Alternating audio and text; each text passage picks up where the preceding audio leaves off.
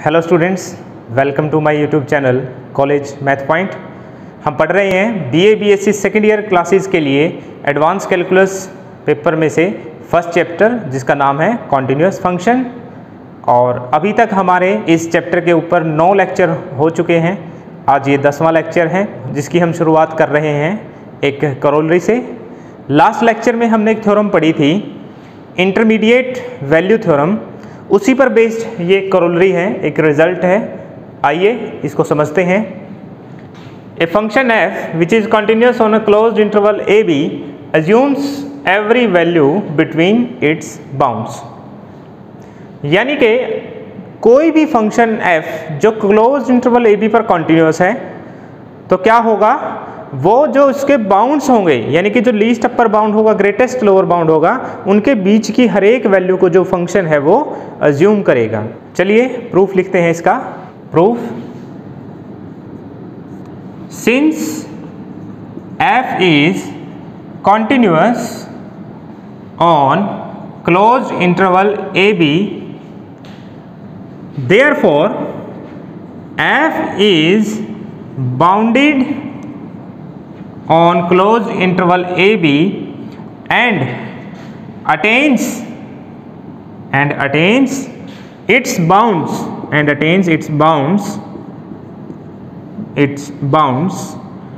in AB।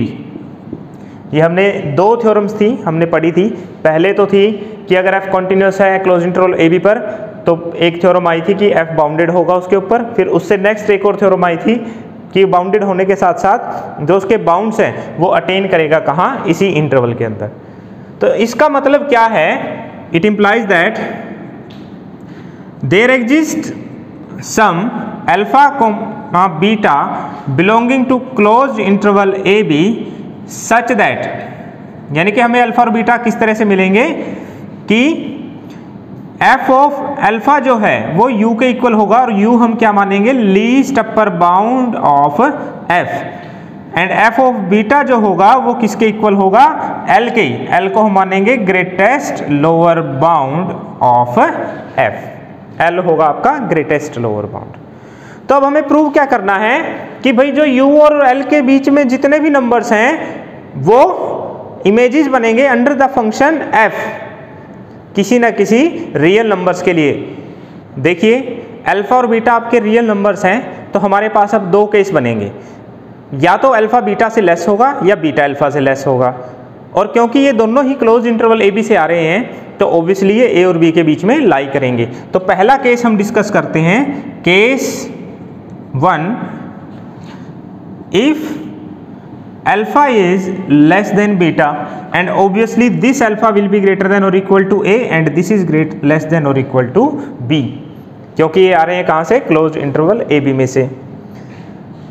Then देखो भाई f आपका कंटिन्यूअस है क्लोज्ड इंटरवल ए बी पर, तो इसका मतलब अगर मैं क्लोज्ड इंटरवल लूँ अल्फा से बीटा तक तो उसमें भी f क्या हो जाएगा, कंटिन्यूअस हो जाएगा। Then f is continuous on closed interval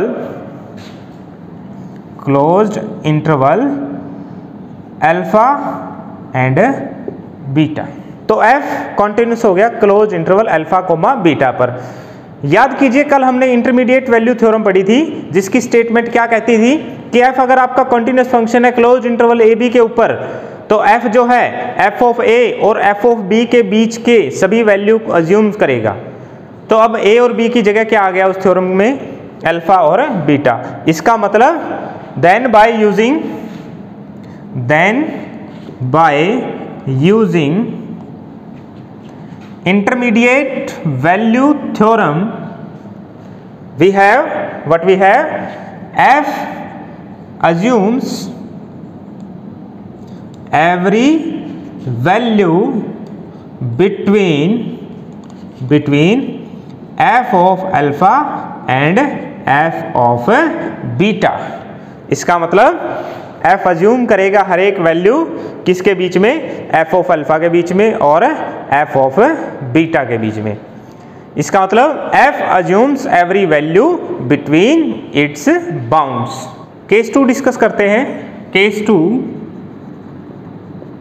case 2 होगा आपका अगर बीटा लेस देन हो जाए अल्फा से, और साथ में this will be greater than और equal to A and this will be less than और इक्वल टू बी, क्योंकि ये क्लोज इंटरवल ए बी में से आ रहे हैं। अगर ऐसा होता है, if this happens, then on the same lines f is continuous on closed interval beta to alpha. अब बीटा आएगा क्योंकि हमने बीटा को लेस देन माना है अल्फा से, तो अब close interval beta to alpha हो जाएगा। एंड देन बाय यूजिंग, दोबारा फिर किसका यूज करेंगे, इंटरमीडिएट वैल्यू थ्योरम का। क्या हो जाएगा, f assumes every value between f of alpha and f of beta, यानी कि f of alpha और f of beta के बीच में ये सारी वैल्यू अज्यूम करेगा। तो इसका मतलब क्या हुआ कि बस लास्ट में लिखेंगे hence f assumes every value between its bounds and this completes the proof। चलिए क्वेश्चन डिस्कस करते हैं। फ्रॉम एक्सरसाइज 1.1 हम कर रहे हैं क्वेश्चन नंबर 1 का part number 1। According to statement we have to prove that using epsilon delta definition sine x is continuous function, यानी कि हमें साइन एक्स को कॉन्टिन्यूस फंक्शन दिखाना है लेकिन यूज करना है एप्सिलॉन डेल्टा डेफिनेशन को। पहले मैं एक बार एप्सिलॉन डेल्टा डेफिनेशन लिख देता हूं कॉन्टिन्यूटी की। A function f is said to be continuous at a point A if for given epsilon greater than 0 there exists some delta greater than 0 such that mod of f of x minus f of a is less than epsilon whenever mod of x minus a is less than delta। ये हमारी definition है जिसका हम use करेंगे यहाँ पर। एक बार इसको एनालाइज करते हैं। देखिए f को हम कंटिन्यूस कहेंगे a के ऊपर if for given epsilon greater than 0, यानी कि हमारे पास अगर कोई एप्सिलॉन है ग्रेटर देन 0 उसके लिए हम एक डेल्टा फाइंड आउट कर पाए सच दैट कि mod of f of x minus f of a less than हो एप्सिलॉन से, जब भी mod of x minus a less than हो डेल्टा से। तो बेसिकली हमें क्या करना है, एक एप्सिलॉन चूज करना है और उसके लिए डेल्टा फाइंड आउट करना है। बहुत इंपॉर्टेंट पॉइंट है ये नोट करने का, एप्सिलॉन हमें चूज करना है और जो डेल्टा है वो हमें फाइंड आउट करना है जो डिपेंड करेगा एप्सिलॉन के ऊपर, और साथ में ये कंडीशंस भी क्या होंगी, सेटिस्फाइड होंगी। Solution, let fx is equal to sine x. हमने साइन एक्स को मान लिया फंक्शन fx, क्योंकि हमने डेफिनेशन जो पढ़ी थी वो f की टर्म्स में पढ़ी है, तो इसलिए हम इसको पहले f में चेंज कर लेंगे फंक्शन को। And a belonging to r b arbitrary. ये a हमने क्यों लिया, क्योंकि हमें फंक्शन को कॉन्टिन्यूस दिखाना था, और कॉन्टिन्यूस दिखाने का मतलब क्या है कि हर एक रियल नंबर पर कॉन्टिन्यूस दिखाना है। तो हम क्या करेंगे कि एक रियल नंबर उठाएंगे a belongs to r arbitrary, और फिर हम प्रूव कर देंगे कि इस a के लिए आपका जो फंक्शन f है वो कॉन्टिन्यूस है। तो इस तरह से आप कहेंगे कि फिर वो हर एक रियल नंबर के लिए कॉन्टिन्यूस हो जाएगा। Now f of a is equal to sine of a, x की जगह a पुट कर देंगे। अब हम डेफिनेशन पे आते हैं। हम क्या करते हैं, एक एप्सिलॉन चूज कर लेते हैं। Let epsilon greater than 0 be given. मान लेते हैं हमने जो एप्सिलॉन चूज किया है वो ये है।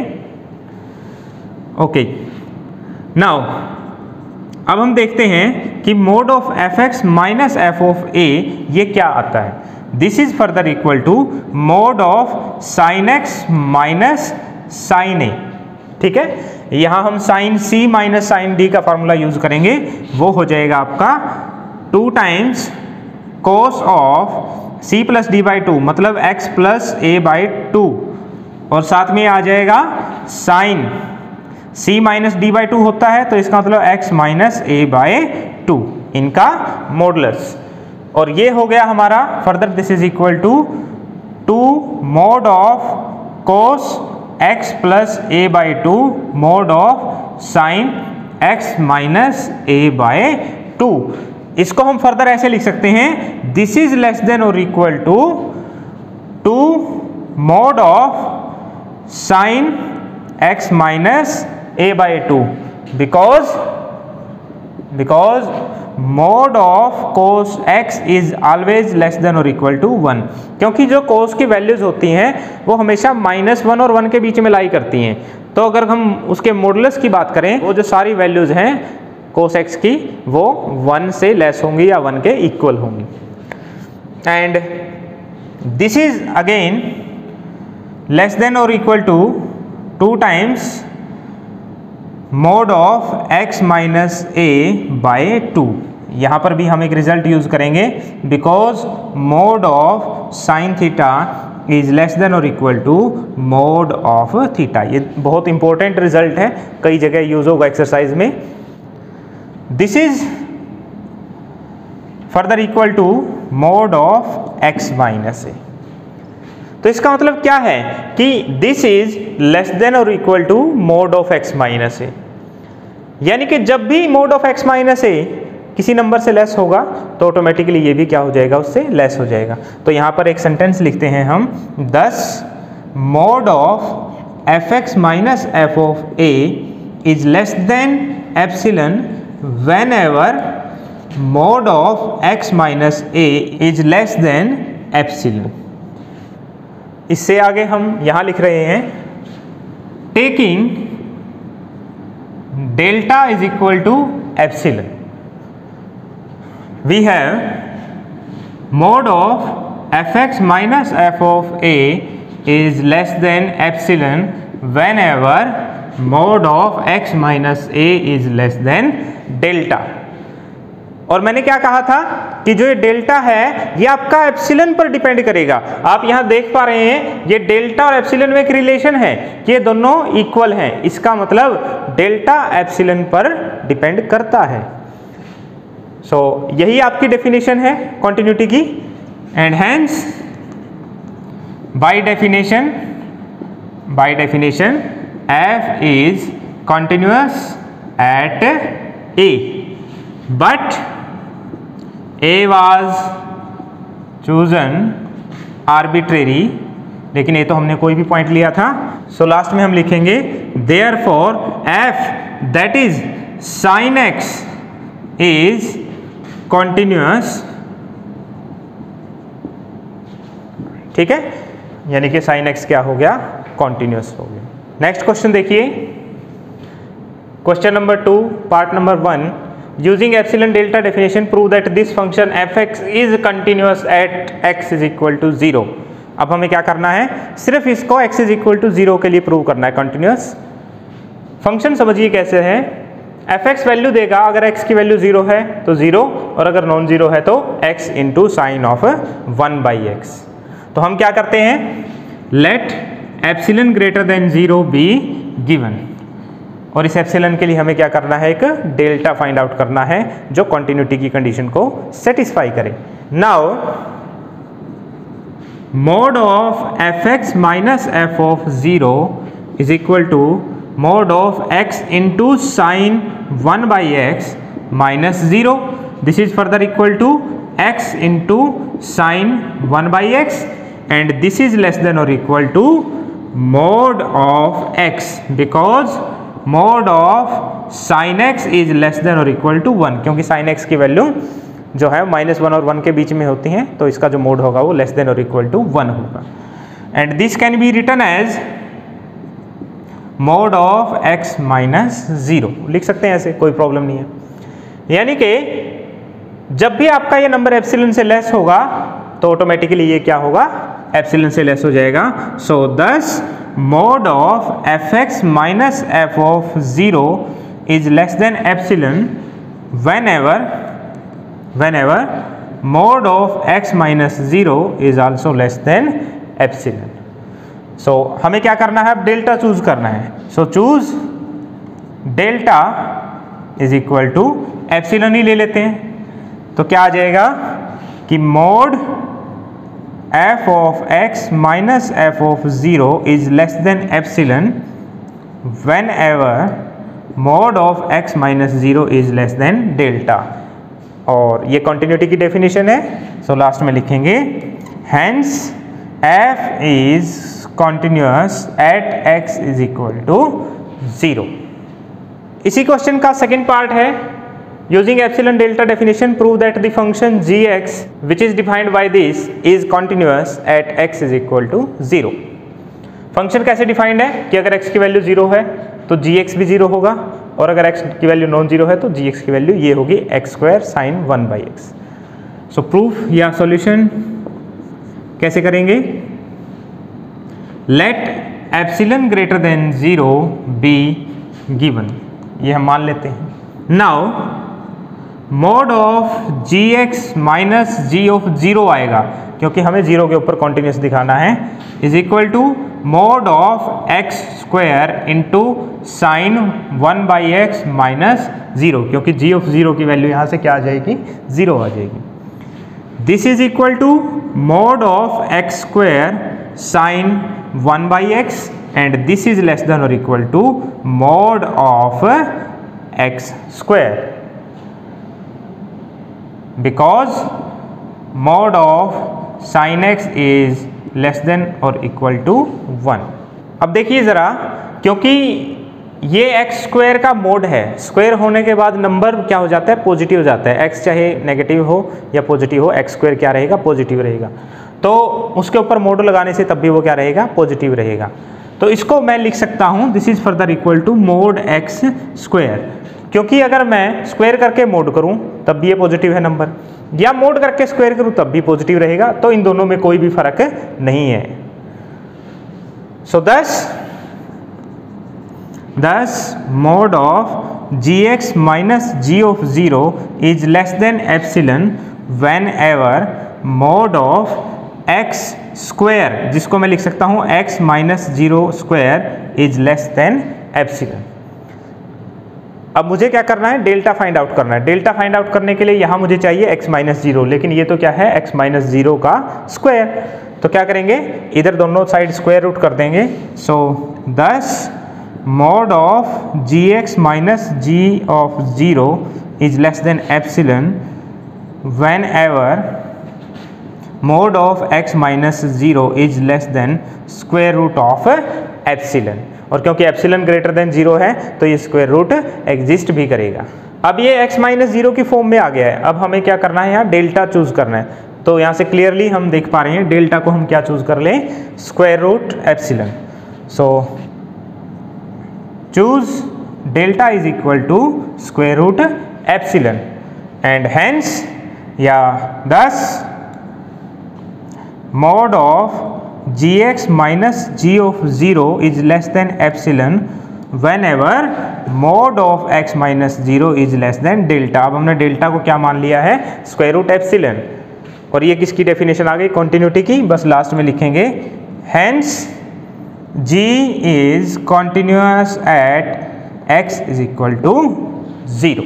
Next question, question number 3, examine the continuity of the function f defined by. आपको क्या करना है, ये जो फंक्शन नीचे दिया गया है इसकी कॉन्टिन्यूटी को एग्जामिन करना है, चेक करना है कि ये कॉन्टिन्यूस है या नहीं। फंक्शन आपका इस तरीके से डिफाइन किया गया है, और कहाँ चेक करना है, x इज इक्वल टू 1 के लिए चेक करना है कि फंक्शन कॉन्टिन्यूस है या नहीं। एक बार हम फंक्शन को समझते हैं, फंक्शन कैसे डिफाइन किया गया है। f(x) is equal to limit n approaches to infinite e raise to the power x minus x raise to the power n into sine x divided by 1 plus x raise to the power n। हमें यहाँ ध्यान रखना होगा कि जो हमारा variable है function के अंदर वो सिर्फ x है, और जो ये लिमिट है this is also a part of function. Solution लिखते हैं इसका। Solution for 0 is less than और equal to x is less than 1 limit n approaches to infinite x raise to the power n, अगर आप calculate करेंगे तो ये आ जाएगा 0।